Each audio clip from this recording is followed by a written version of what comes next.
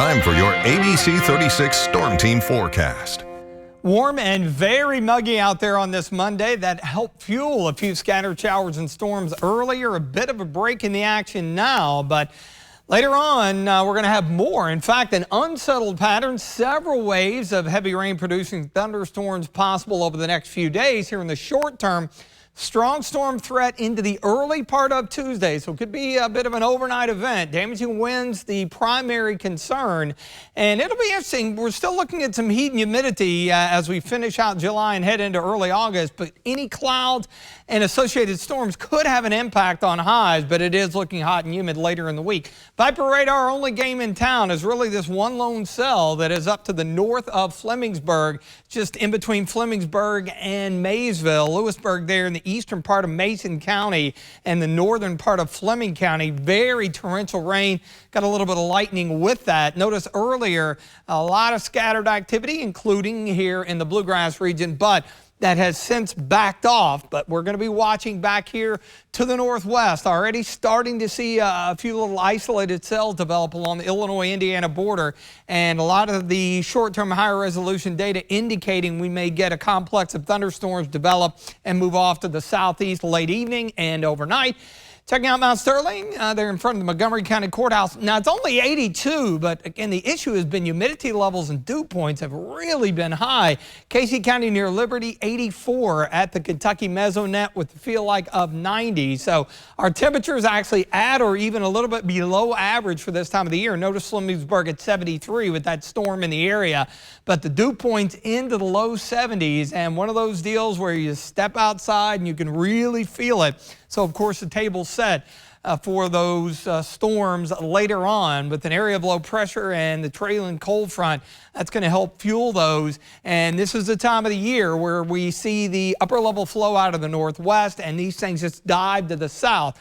Later on, as these things crank up, it's the individual cells in southern Indiana.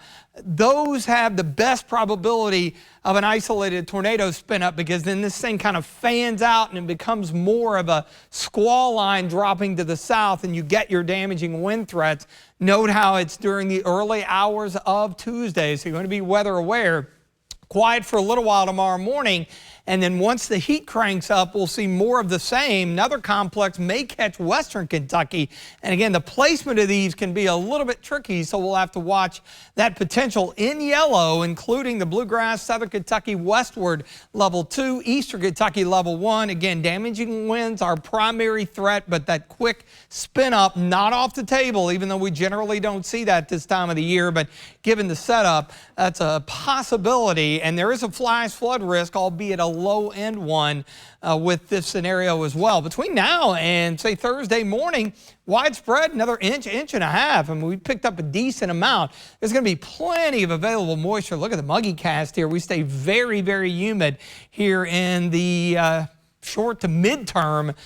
These complexes can be a little tricky with the timing and the placement. It's looking hot mid and into the late week. So as we finish out July, begin August, mid-90s, of course, that would throw our heat index values all the way to 100 or above. Notice fairly low-end chances, but anything that develops has a potential of producing some heavy rain. Now, look toward the end of the week and upcoming weekend. A weak boundary moves through on Friday, so other than maybe an isolated shower on Saturday, weekend looks pretty good. I think we may actually try to work some drier air in by then. But here in the short term, stronger storm potential later on, along with some heavy rain. 71 the overnight low, hot and humid tomorrow, few storms, especially in the afternoon, 91. And we close out July and kick off August on a hot note. Low to mid-90s. It'll feel hotter than that. I mentioned the mentioned boundary here dropping on through, and that will at least back our temperatures down a little bit for the upcoming weekend with highs right around 90.